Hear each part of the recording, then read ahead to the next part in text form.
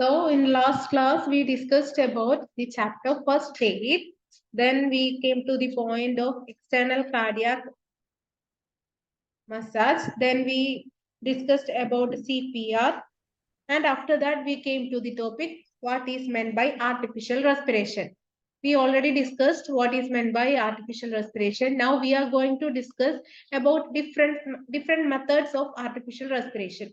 I already informed you regarding the same. That means we had two type of method, Holgen-Nelson method and Schaffer's method. Like that, I had already informed. So now we are going to see them in detail. So the first method is Holgen-Nelson method. In that, the first one is Schaffer's method. Schaffer's method means mouth-to-mouth method. Is this screen visible? Yes, ma'am. Yes, ma'am. Okay. So mouth-to-mouth method means basically all these methods serve the same purpose and are equally good. Therefore, a person, volunteer, can adopt any one of the above methods in which he is trained and confident. Or the effect of both the methods, even if it is Schaffer's method or Nelson method, the effect is same. So in which the trainer is more confident, he can apply it to the victim. However, Nelson's method and Schaffer's method should be avoided while giving artificial respiration to the patients who are suspected to have injuries in the chest wall and abdomen. അപ്പോൾ ഈ ഒരു point you have to listen very carefully. അതായത് രണ്ട് type of പേഷ്യൻസിന് നമ്മൾ ഈ method ഒഴിവാക്കണം. അത് ഏതൊക്കെ ടൈപ്പ് പേഷ്യൻസ് ആണെന്നാണ് ഇവിടെ പറഞ്ഞിരിക്കുന്നത്. Who is suffering injuries in the chest wall? നമ്മളുടെ ഹൃദയ സംബന്ധമായ അല്ലെങ്കിൽ ചെസ്റ്റ് വാൾ സംബന്ധമായ ഇഞ്ചുറീസ് ഉള്ളവരും അതേപോലെ അബ്ഡോമിൻ സംബന്ധമായ ഇഞ്ചുറീസ് ഉള്ളവർക്കും ഈ മെത്തേഡിൽ അല്ലെങ്കിൽ മൗത്ത് ടു മൗത്ത് മെത്തേഡ് ഉപയോഗിച്ച് ആർട്ടിഫിഷ്യൽ റെസ്പിറേഷൻ കൊടുക്കുന്നത് നമ്മൾ അവോയ്ഡ് ചെയ്യണം. We have to avoid this mouth-to-mouth respiration method mainly for two type of persons. That means who are suffering for injuries from chest wall injuries or abdominal injuries. May please mute your mic, Shibina. Please mute your mic. Each of the above said methods has a systematic procedure to be followed. So whatever or whichever methods we are choosing or adopting to give artificial respiration, there are certain systematic procedures. We have to follow those procedures. So these procedures we are going to explain now. A person must practice this procedure thoroughly before giving artificial respiration to a sick person. Any shortcut in the procedure is dangerous and may worsen the condition of the sick person instead of improving it. As we already know that we have to thoroughly... Please wait.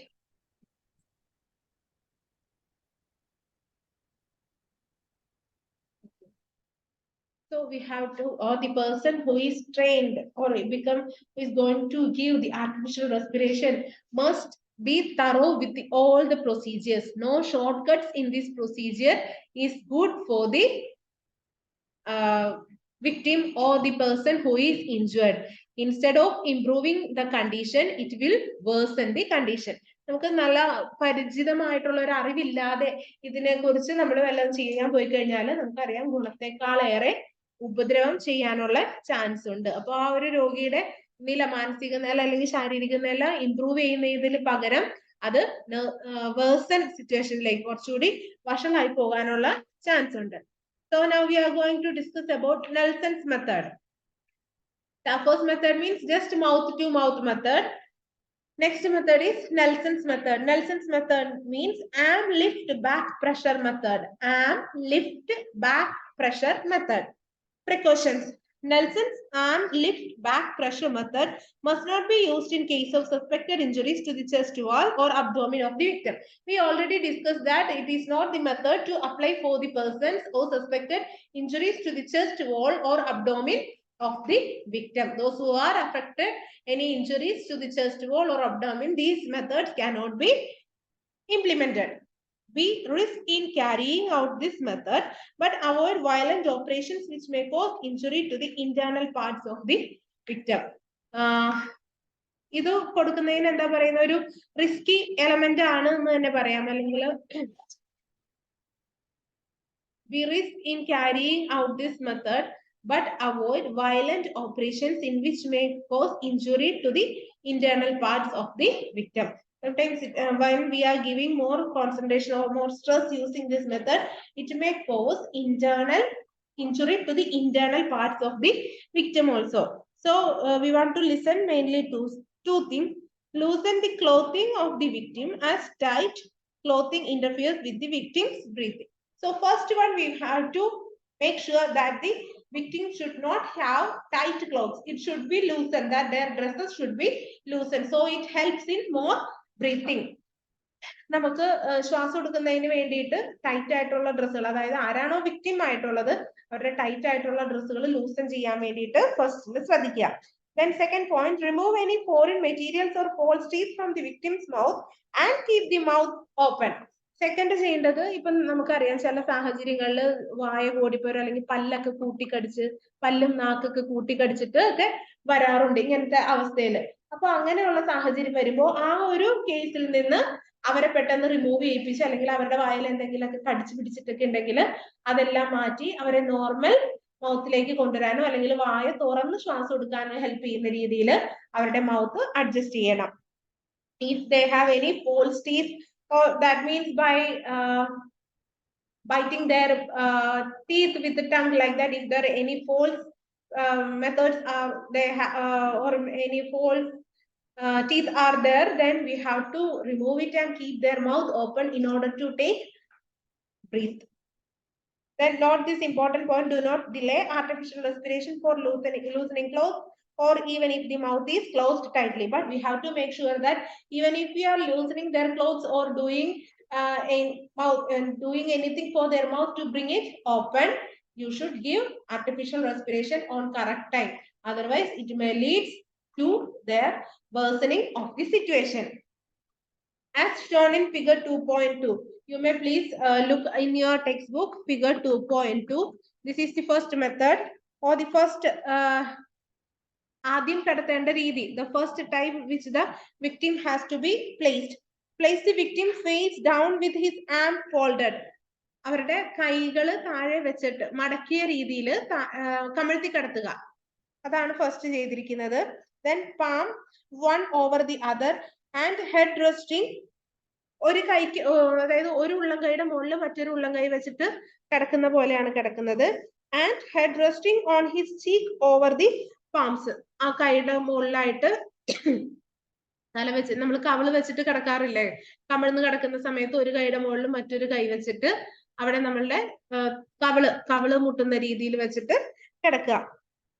kneel on one or both knee.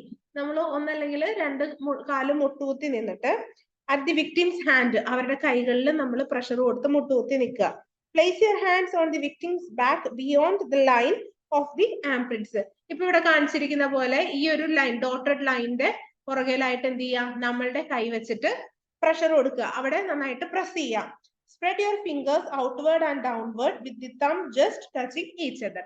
എന്നിട്ട് നമ്മളുടെ fingers ഫ്രണ്ടിലോട്ടും ബാക്കോട്ടും, അതായത് ഔട്ട്വേർഡും ഇൻവേർഡും താഴോട്ടും മുകളിലോട്ടും വരുന്ന പോലെ നന്നായിട്ട് press ചെയ്യുക. അതാണ് next step എന്ന് പറയുന്നത്. ഇനി അതിനുശേഷം എന്ത് ചെയ്യണം എന്നുള്ളതാണ് figure 2.3. You may please go through these figures and its description. It is how or what to do for the person who is suffering from or who needs this Nelson's method. This is how it is implemented. So you may please go through it very carefully. You can just read it and it is very simple to understand. Next, as shown in figure 2.3, gently rock forward the arms, keeping them straight until they are nearly vertical and steadily pressing the victim's back as shown to force the air out of the victim's lungs. അടുത്ത ചെയ്യേണ്ടതെന്ന് വെച്ച് കഴിഞ്ഞാല് കൈകള് നമ്മൾ പുറകോട്ട് കൊണ്ടുവന്നിട്ട് എന്ത് ചെയ്യാം, keeping dum straight until they are nearly vertical. അത് നേരെ വരുന്നത് പോലെ വെച്ച് സ്ട്രെയിറ്റ് ആയിട്ട് വെക്കുക. അതിനുശേഷം സ്റ്റഡി ആയിട്ട് പ്രസ് ചെയ്യുക. നമ്മൾ ഈ വിക്ടിമിന്റെ ബാക്കിൽ ആർക്കാണോ ഈ സഹായം വേണ്ടത് അവരുടെ ബാക്കിൽ നന്നായിട്ട് പ്രസ് ചെയ്യുക. ഇപ്പൊ ഈ പിക്ചറിൽ കാണിച്ചിരിക്കുന്ന പോലെ സ്റ്റഡി ആയിട്ട് പ്രസ് ചെയ്യുക. പ്രസ് ചെയ്ത് കഴിയുമ്പോൾ എന്ത് പറ്റും? നമ്മളുടെ ലങ്സിൽ കെട്ടി നിൽക്കുന്ന അല്ലെങ്കിൽ ലങ്സിൽ തടഞ്ഞു നിൽക്കുന്ന എയർ പുറത്തേക്ക് പോകുന്നതിന് സഹായിക്കും. അപ്പൊ ഇതാണ് ഫിഗർ 2.3 എക്സ്പ്ലെയിൻ ചെയ്യുന്നത്. Next we are moving to figure 2.4. Synchronizing the above movement, rock backwards, sliding her hands downwards along the victim's arms, grasp his upper arm just above the elbow as shown below. ഇനി ചെയ്യേണ്ടത് ആ ഒരു movement backward sliding your hands downwards അങ്ങനെ ചെയ്യുന്നത് along with the victims ആണ്. നമ്മൾ എന്ത് ചെയ്യുക? അവരുടെ കൈകൾ കൂടെ ചേർത്തിട്ട് ഒന്നുകൂടെ ആ മൂവ്മെന്റ് ഒരേ സമയത്തിലാക്കാൻ വേണ്ടിയിട്ട് ശ്രദ്ധിക്കുക. അതായത് നമ്മൾ പ്രസ് ചെയ്ത് കഴിഞ്ഞിട്ട് നമ്മൾ ഇവർക്ക് ലങ്സിലെ എയർ പോവാന്നുണ്ടോ എന്ന് അറിയാൻ വേണ്ടിയിട്ട് എന്ത് ചെയ്യുക? അവരുടെ കൈകൾ കൂടെ ആ സമയത്തൊന്ന് മൂവ് ചെയ്യുക. Backward sliding your hands downward along the victims ആണ്. നമ്മൾ അവരുടെ കൈകളിലേക്ക് കൂടെ ആ പ്രഷർ കൊടുക്കുക. Grasp his upper am and just above the elbow. എന്താ ചെയ്യേണ്ടത്? എന്നിട്ട് പതുക്കെ അവരുടെ ഷോൾഡറിന് താഴെയുള്ള ഭാഗം, അതായത് നമ്മൾ എന്താ പറയുന്നത്, കൈയുടെ തുട ഭാഗം അല്ലെങ്കിൽ കൈയുടെ കട്ടിയുള്ള ഭാഗം വരുന്ന സ്ഥലത്തുനിന്ന് പതുക്കെ പൊക്കാൻ വേണ്ടിയിട്ട്, ഗ്രാസ്പ് ചെയ്യാൻ വേണ്ടിയിട്ട്, വലിക്കാൻ വേണ്ടിയിട്ടൊക്കെ നോക്കുക. Then moving to the next picture. Now rock backward. അത് കഴിഞ്ഞ് ഇത് പുറകിലേക്ക്. As you rock backward, gently rise and pull the victim's arms towards as you shown figure in 2.5.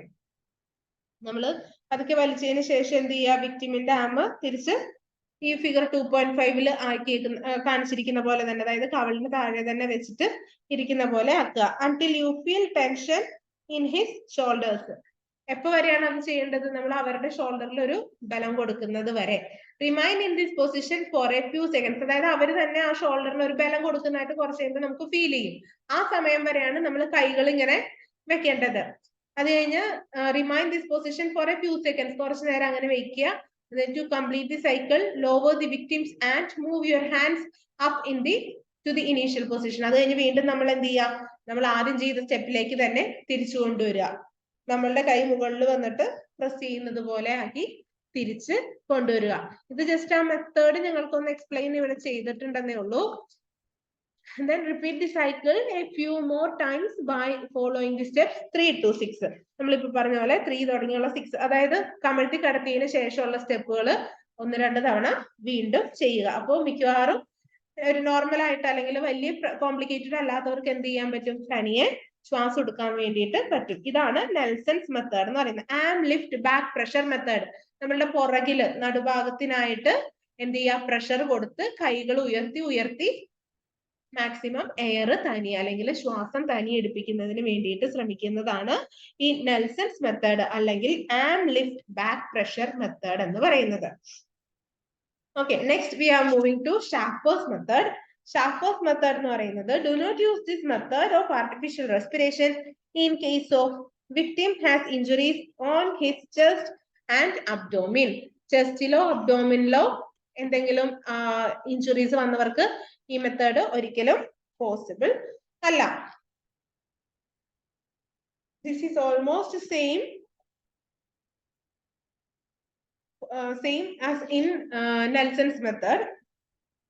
We risk in carrying on while operations. Okay, in the here also we want to loosen their dress, then only what we can say they will get more relaxed. Then in second step we want to look after, lay the victim on his abdomen. Kamalthi kadutha, we want to place them up down position. Extend one arm directly forward and the other arm bent at the elbow as shown in figure 5. 2.5, sorry. What to do? 2.6. Okay, here what we want to do means, after laying him down, his one hand should be stretched as shown in figure. His one hand should be stretched. ഒരു കൈ നീട്ടി വെക്കണം. അതിനുശേഷം his second hand should be, or the other arm bent at the elbow. It should be bent at the elbow as shown. അതായത് ഒരു കൈ മടക്കി വെക്കണം, ഒരു കൈ നിവർത്തി വെക്കണം. ആ രീതിയിലാണ് വെക്കേണ്ടത്. Keep the face turned sidewalk and resting on the hand or forearm as shown in figure 2.6. Then he want to put his head on this bent arm. നമ്മൾ ഓൾറെഡി വളച്ചു വെച്ചിരിക്കുന്ന കൈപ്പത്തിയുടെ മുകളിലേക്ക് എന്ത് ചെയ്യുക? തല കയറ്റി വെക്കുക അല്ലെങ്കിൽ മുഖം ചേർത്ത് വെക്കാൻ വേണ്ടിയിട്ട് ശ്രദ്ധിക്കുക. അതിന്റെ ഫിഗർ ആണ് as it is shown in 2.6. Try to place the injured person in this manner. Then kneel astride the victim such as his thighs are between your knees. ഇനി ചെയ്യേണ്ടത് നമ്മൾ, അതായത് നമ്മൾ പ്രിക്കോഷൻ കൊടുക്കുന്ന ആള് അല്ലെങ്കിൽ ഈ ഫസ്റ്റ് എയ്ഡ് കൊടുക്കുന്ന ആൾ എന്ത് ചെയ്യാം, ഇവരുടെ തുടയുടെ ഭാഗത്തായിട്ട് രണ്ട് ഭാഗത്തായിട്ട് എന്ത് ചെയ്യാം, നമുക്ക് മുട്ടുകുത്തി നിൽക്കാൻ പറ്റുന്ന രീതിയിൽ kneel astride the victim such that his thighs are between your knees. നമ്മളുടെ കാലുകളുടെ ഇടയിലായിട്ട് അവരുടെ തുടഭാഗം വരുന്നത് പോലെ, അതായത് നമ്മള് കറക്റ്റ് പ്രോപ്പർ മലയാള ഭാഷയിൽ പറഞ്ഞു കഴിഞ്ഞാൽ അവരെ കവച്ച് വെച്ച് ഇരിക്കുക എന്നൊക്കെ പറയുന്ന പോലെ ഇരിക്കും.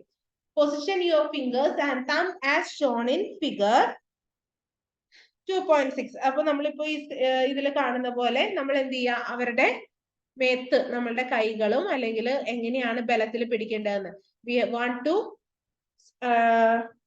stretch them or we want to pick them in such a way that our fingers should be below his chest and thumb should be on the back side as shown in figure 2.6. ഇത് നിങ്ങൾക്ക് മനസ്സിലാവുന്നുണ്ടെന്നാണ് എൻ്റെ ഒരു വിചാരം. ഇത് അത്ര ബുദ്ധിമുട്ടുള്ള ഭാഗമല്ല, ശ്രദ്ധിച്ച് വായിച്ചാൽ മതി ഇത് ക്ലിയർ ആവാനായിട്ട്. നമ്മള് അവരുടെ പുറകില് അവരുടെ രണ്ട് കാലിന്റെ തൊടഭാഗം പിന്നെ അപ്പുറത്തും ഇപ്പുറത്തുമായിട്ട് നമ്മൾ മുട്ടുകുത്തി നിൽക്കുക. അതിനുശേഷം നമ്മളുടെ കൈകൾ കൊണ്ട് അവരുടെ നെഞ്ചിന്റെ ഭാഗത്ത് പിടിക്കുകയാണ് വേണ്ടത്. അപ്പൊ കൈകൾ എന്ന് പറയുമ്പോൾ നമ്മൾ നമ്മളുടെ 4 വിരലുകള് താഴോട്ടും ഒരു തമ്പ് വരുന്ന ഭാഗം മുകളിലുമായിട്ടാണ് വെച്ചിരിക്കുന്നത്. With the hands held straight, swing forward slowly so that the weight of your body is gradually applied on the lower ribs of the victim as shown in figure 2.7. അതിനുശേഷം നമ്മൾ എന്ത് ചെയ്യണം, നമ്മള് പതുക്കെ അതിനൊരു ബലം കൊടുത്തിട്ട് അവരുടെ ശരീരത്തിലേക്ക് നമ്മളുടെ ബലം ഒന്ന് കൊടുത്തിട്ട് മെല്ലെ മുന്നോട്ടേക്ക് നീങ്ങുക. ആ സമയത്ത് അവരുടെ ലോവർ റിബ്സിനാണ് നമ്മൾ ബലം കൊടുക്കുന്നത്. We want to move or swing slightly by giving a force to their body or by giving a force on their lower ribs. This weight pulls the air out of the victim's lungs. ഇതെന്ത് ചെയ്യുന്നു, നമ്മൾ ഇങ്ങനെ ഒരു wait കൊടുക്കുമ്പോൾ അത് അവരുടെ വായിൽ നിന്ന് ആ ലങ്സിൽ തടഞ്ഞു നിൽക്കുന്ന ശ്വാസം പുറത്തേക്ക് പോകുന്നതിന് വേണ്ടിയിട്ട് സഹായിക്കും. Its clear picture is given in figure 2.7.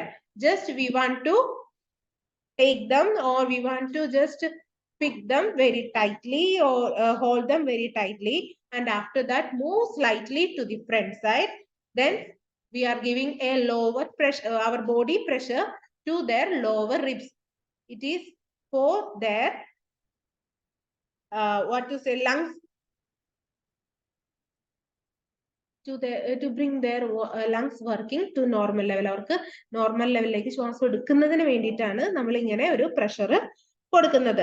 Now swing backward immediately removing all pressure on the lower ribs. അതിനുശേഷം തന്നെ പെട്ടെന്ന് എന്ത് ചെയ്യാം, നമ്മൾ തിരിച്ച് പുറകോട്ട് തന്നെ മൂവ് ചെയ്യുക. അപ്പൊ നമുക്ക് അവരുടെ ആ ഒരു നമ്മൾ അല്ലെങ്കിൽ പ്രസ് ചെയ്ത സമയത്ത് പുറത്തോട്ട് എയർ പോയി ലോവർ റിബ്സിൽ നിന്ന് നമ്മൾ തിരിച്ച് ബാക്കോട്ട് മൂവ് ചെയ്യുമ്പോൾ എന്ത് ചെയ്യും, വീണ്ടും ആ ലങ്സിലേക്ക് എയർ നിറയാൻ വേണ്ടിയിട്ട് സഹായിക്കും. അപ്പോ അതായത് നമ്മൾ ഇൻ ആൻഡ് ഔട്ട് ചെയ്യുന്ന ബ്രീത്ത് ഇൻ ബ്രീത്ത് ഔട്ട് ചെയ്യുന്നത് പോലെ ഇത് സഹായിക്കും. So after giving this low pressure, body pressure to this lower ribs, just swing backward immediately in such a way that all the pressure of the lower ribs will be removed, and this will help the lungs to get the filled with air. Now 6th step is after 2 or 3 seconds swing forward again and repeat the cycle 12 to 15 times a minute. Then later we want to do 2 or 3 seconds. You can just relax. After that you may repeat the cycle, and in a minute we want to continue this procedure up to 12 to 15 times. Is this clear? ഇത് ആർക്കെങ്കിലും മനസ്സിലാവാത്തതുണ്ടോ? ഇത് ആർക്കെങ്കിലും മനസ്സിലാവാത്തവരുണ്ടോ? If you have any doubt, you may please raise your hands. Please raise your hands.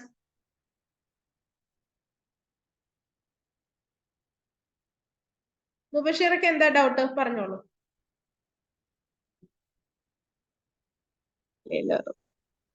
എന്താ Mubashira? Hello ma'am, കേൾക്കുന്നുണ്ടോ? കേൾക്കുന്നുണ്ട്, പറഞ്ഞു. ഞാൻ ഒന്നുകൂടി സ്പീഡിൽ ഒന്നുകൂടി പറഞ്ഞുതരുമോ? എനിക്ക് മിസ് കട്ടായി പോയി. പറയണ്ടേ?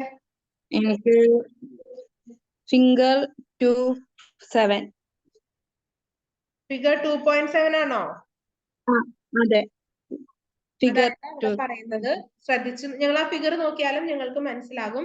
നമ്മൾ ഓൾറെഡി പറഞ്ഞു, ആ കിടക്കുന്ന ആളുടെ ശരീരത്തിന്റെ താഴ്ഭാഗത്താണ് നമ്മളുടെ ഈ 4 വിരലുകൾ വരുന്നത്. അതിനുശേഷം നമ്മൾ ആ കിടക്കുന്ന ആളുടെ മോൾ ഭാഗത്ത്, അതായത് നടുവിന്റെ ഭാഗത്തേക്കാണ് നമ്മളുടെ തമ്പ് വരുന്നത്. അവിടെ ചെറിയ രീതിയിൽ ഒന്ന് പ്രസ് ചെയ്തിട്ട് നമ്മൾ എന്ത് ചെയ്യുന്നു? വീണ്ടും നമ്മൾ ആദ്യമായിട്ട് ചെറിയ രീതിയിൽ പ്രഷർ കൊടുക്കാൻ പോവാണ്. നമ്മളുടെ ബോഡി പ്രഷർ ഈ വിക്ടിമിന്റെ ലോവർ റിബ്സിന്, അതായത് താഴ്ഭാഗത്തെ വാരിയല്ലുകളിലേക്ക് നമ്മൾ ഈ പ്രഷർ കൊടുക്കുകയാണ്. അപ്പൊ നമ്മൾ പ്രഷർ കൊടുക്കാൻ വേണ്ടിയിട്ട് ചെറുതായിട്ടൊന്ന് മുന്നോട്ട് നീങ്ങും. അതിന് വേണ്ടിയിട്ടാണ് നമ്മൾ എന്ത് ചെയ്യുന്നത്? ഇയാളുടെ 2 കാലിന്റെ അപ്പുറത്തും ഇപ്പുറത്തുമായിട്ട് നമ്മളുടെ മുട്ടുകൾ വെച്ച് ഇരിക്കുന്നത്. അപ്പൊ ചെറിയ രീതിയിൽ നമ്മളൊന്ന് മുന്നോട്ട് ആഞ്ഞിട്ടാണ് പ്രഷർ കൊടുക്കുന്നത്. ക്ലിയർ ആണോ? മനസ്സിലാവുന്നുണ്ടോ മുബഷിറ?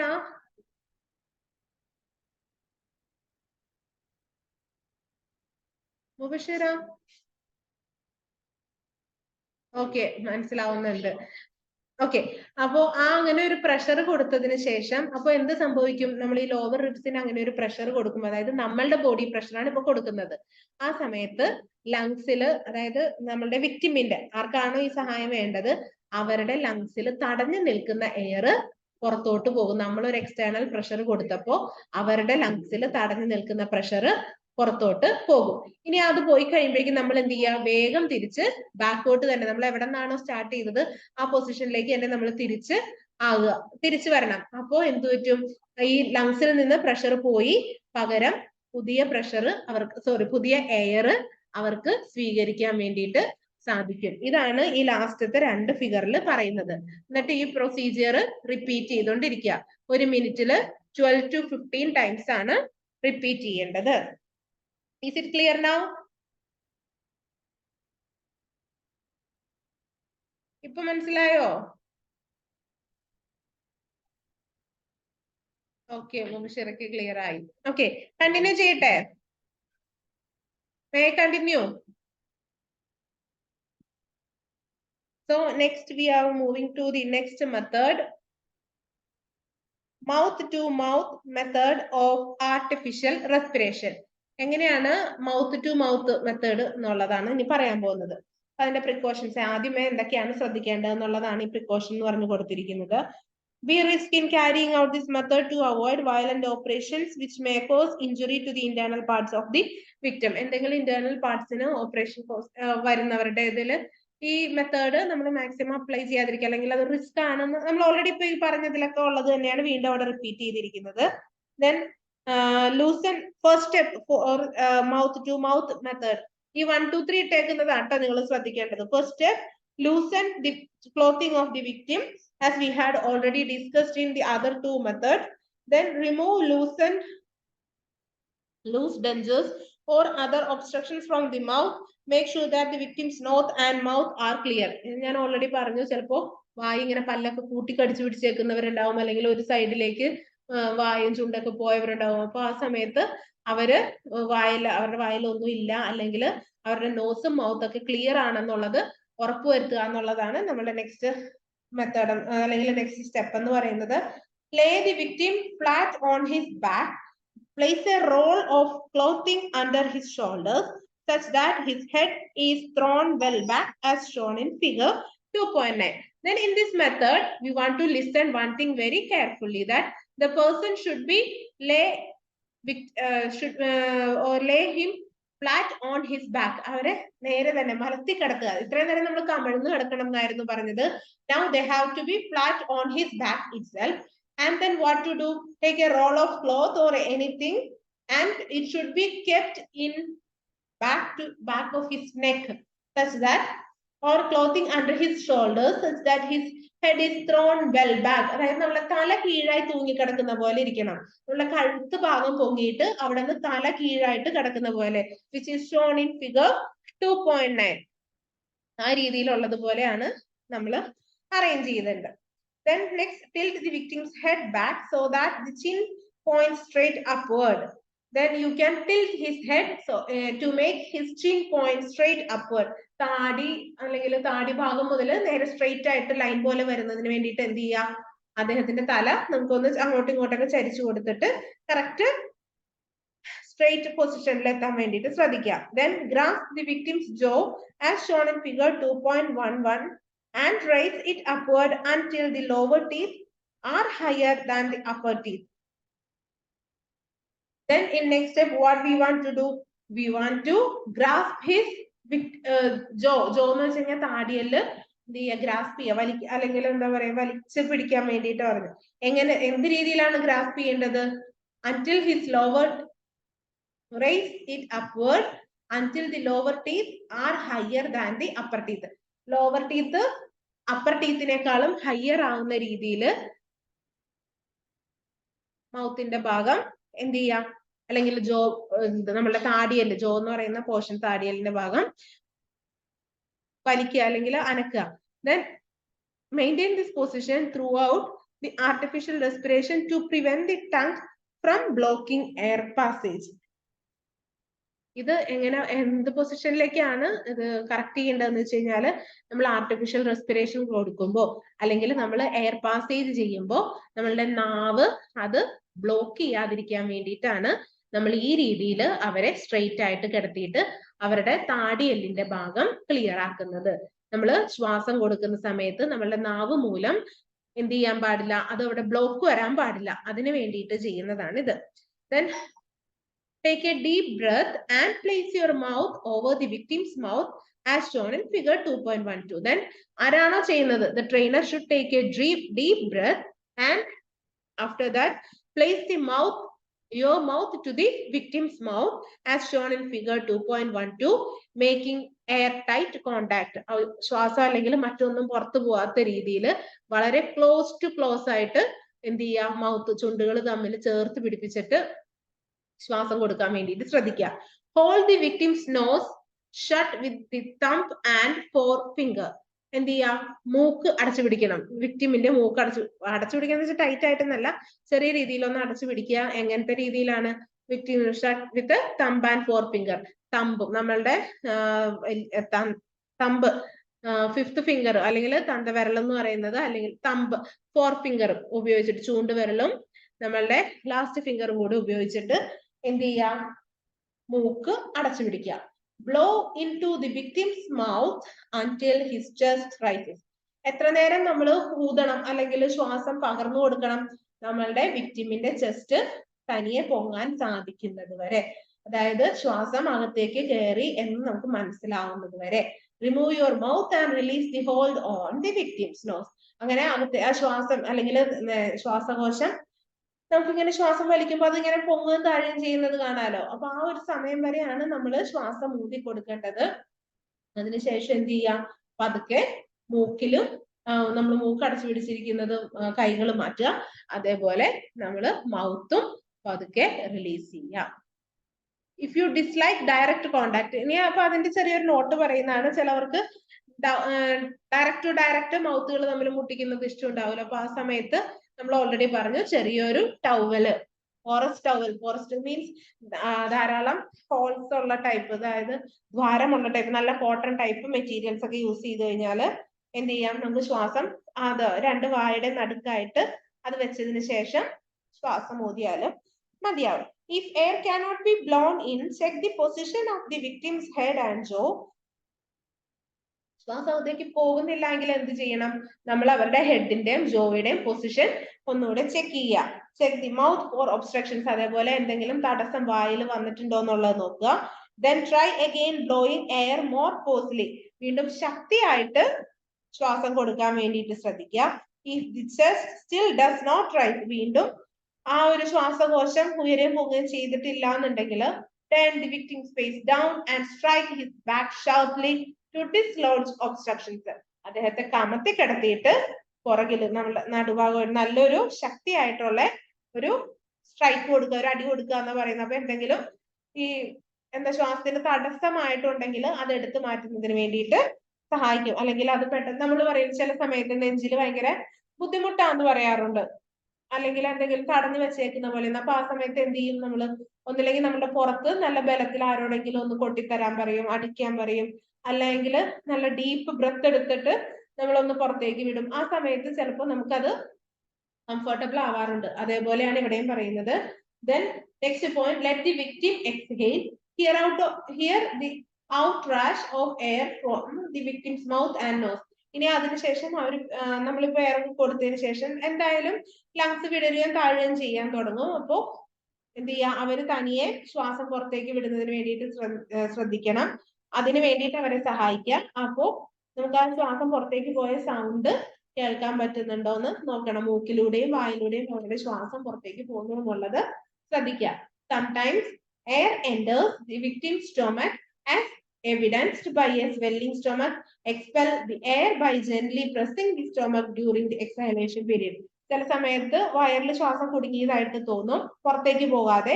അപ്പൊ ആ സമയത്ത് എന്ത് ചെയ്യുക, ജെന്റ്ലി പ്രസ് ദി സ്റ്റൊമക്. എക്സൈലേഷൻ പീരീഡിൽ പുറത്തേക്ക് പോകുന്ന സമയത്ത് അത് gently press ചെയ്യാം.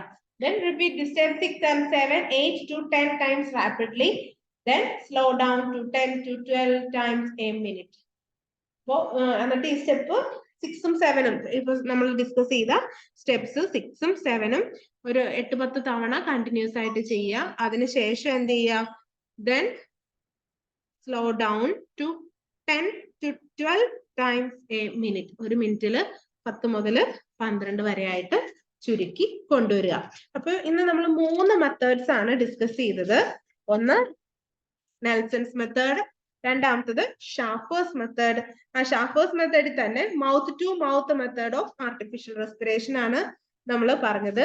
ഇനി നമുക്ക് ഈ ചാപ്റ്ററിൽ തന്നെ വരുന്നതാണ് അടുത്ത type, mouth to nose method. മൂക്കിലേക്ക് ശ്വാസം കൊടുക്കുന്നതാണ് പറഞ്ഞിരിക്കുന്നത്. ഓക്കെ, അപ്പൊ അത് നമുക്ക് നെക്സ്റ്റ് ക്ലാസ്സിൽ ഡിസ്കസ് ചെയ്യാം. ഇപ്പൊ നമുക്ക് ലെസ് ദാൻ 1 മിനിറ്റേ ഉള്ളൂ, ക്ലാസ് ലിങ്ക് കട്ടാവും. ഇന്ന് ഈ പറഞ്ഞ പോർഷൻസ് ക്ലിയർ ആണോ? ഞാൻ നിങ്ങളെ അൺമ്യൂട്ട് ചെയ്തിട്ടുണ്ട്. ആർക്കെങ്കിലും ക്ലിയർ ആവാത്തത് ഉണ്ടെങ്കിൽ നെക്സ്റ്റ് ക്ലാസ്സിൽ ചോദിക്കാം. അല്ലെങ്കിൽ നിങ്ങൾക്ക് കോൺടാക്ട് ചെയ്യാം, ഞങ്ങളുടെ അക്കാഡമിക് ഓഫീസേഴ്സിനെ കോൺടാക്ട് ചെയ്യുക, അവരെന്നെ അറിയിക്കും. അപ്പോൾ ഇത് കുറച്ചുകൂടെ ഡീറ്റെയിൽഡ് ആയിട്ടും പറഞ്ഞു തരാം. ആർക്കെങ്കിലും മനസ്സിലാവാത്തതുണ്ടോ?